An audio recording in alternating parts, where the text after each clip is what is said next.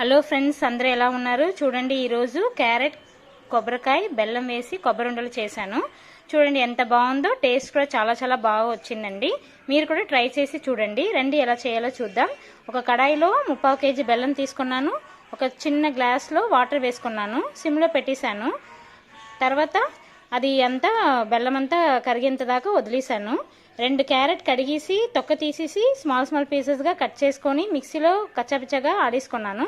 తర్వాత బెల్లం పక్కన ఉంది కదా, కర్రతో ఇలా కలుపుతూ ఉండాలి. చూడండి నేను ఎలా కలుపుతున్నానో అలా.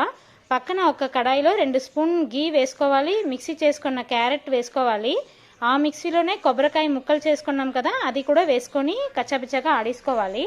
దాని తర్వాత క్యారెట్ ఫ్రై చేద్దాం కదా, దాంట్లోనే వేసి 2 కలిపేసి ఫ్రై చేయాలి. తర్వాత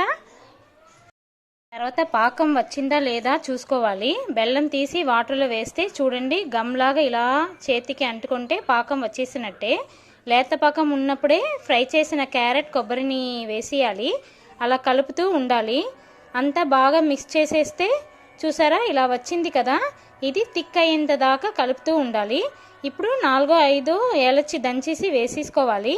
పక్కన క్యారెట్ ఫ్రై చేసాం కదా, ఆ కడాయిలోనే గీ కొంచెం వేసేసి జీడిపప్పు కిస్మిస్ వేసేసి ఫ్రై చేసుకోవాలి. ఫ్రై అయ్యాక దాంట్లో వేసి కలిపియాలి. ఇంకా బాగా కలుపుతూ చూసారా వాటర్ లాగా కాకుండా థిక్ అయ్యింది కదా. ఇప్పుడు స్టవ్ ఆఫ్ చేసేసి కొంచెం సేపు ఆరబెట్టేయాలి. తర్వాత ఉండలు చేసుకోవాలి.